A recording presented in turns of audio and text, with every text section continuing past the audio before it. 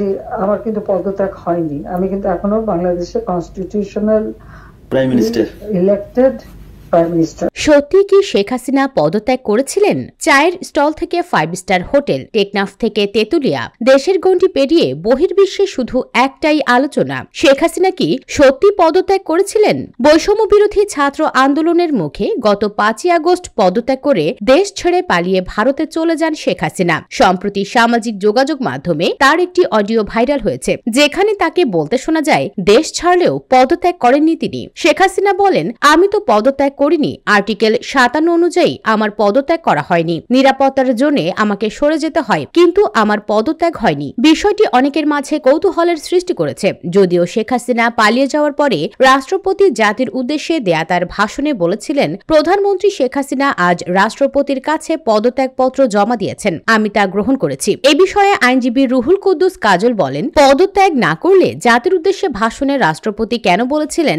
শেখ হাসিনা পদত্যাগ করেছেন এবং তিনি সেটি গ্রহণ করেছেন? সে সময় তো 3 বাহিনীর প্রধানও তার পেছনে দাঁড়িয়েছিলেন। কেনই বা শেখ হাসিনার পদত্যাগের পর যে সাংবিধানিক শূন্যতা তৈরি হয় তা নিয়ে আপিল বিভাগ রুলিং দিয়েছিলেন। আইনজীবী আহসানুল করিম বলেন, রাষ্ট্রপতি যদি বলে থাকেন যে প্রধানমন্ত্রী পদত্যাগ করেছেন, তবে তো এই বিতর্কের অবসান হয়েই যায়। এটা জরুরি না যে প্রধানমন্ত্রীকে হাতে হাতে রাষ্ট্রপতির কাছে পদত্যাগপত্র জমা দিতে হবে। প্রবীণ আইনজীবী ZI খান পান্নার মতে, পদত্যাগ করুন আর নাই করুন, দেশ ছেড়ে পালিয়ে নিজের রাজনৈতিক জীবনে সবচেয়ে বড় ভুল করেছেন শেখ হাসিনা। তার জন্য সম্মানের ছিল দেশে থেকে গ্রেফতার হওয়াটা। তিনি আরো বলেন, তার দেশ ত্যাগকে আমি বুদ্ধিমানের কাজ বলে মনে করি না। ওনার দেশ ছেড়ে যাওয়ার থেকে কারাগারে বেশি দরকার ছিল। আওয়ামী লীগকে বাঁচিয়ে রাখতে হলে তাকে দেশে এসে আত্মসমর্পণ করা উচিত। দেশে কোনো রাষ্ট্র বা সরকার প্রধানের পদত্যাগপত্র কখনো সামনে আসেনি। তাই রাষ্ট্রের এই গুরুত্বপূর্ণ নথি নিয়ে এবার কেন সামাজিক যোগাযোগ মাধ্যমে এত আলোচনা,